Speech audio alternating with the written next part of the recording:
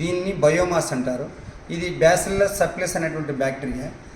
ఈ bacillus subtilis అనే బ్యాక్టీరియాని బయోమాస్ని తీసుకొని మనం కస్టమర్కి కావాల్సిన రీతిలో మనం ఫార్మేటింగ్ చేసుకుంటాం.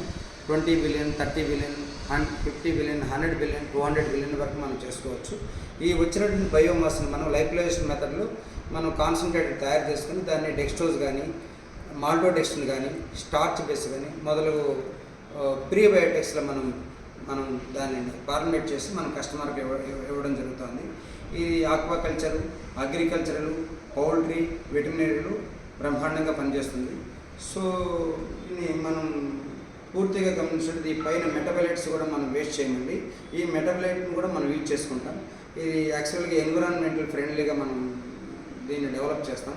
ఇప్పుడు ఎన్విరాన్మెంట్లో కొంతమంది కెమికల్స్ తయారు చేసుకుని దాన్ని డిస్పోజ్ చేస్తూ ఉంటారు కెనాల్స్లో.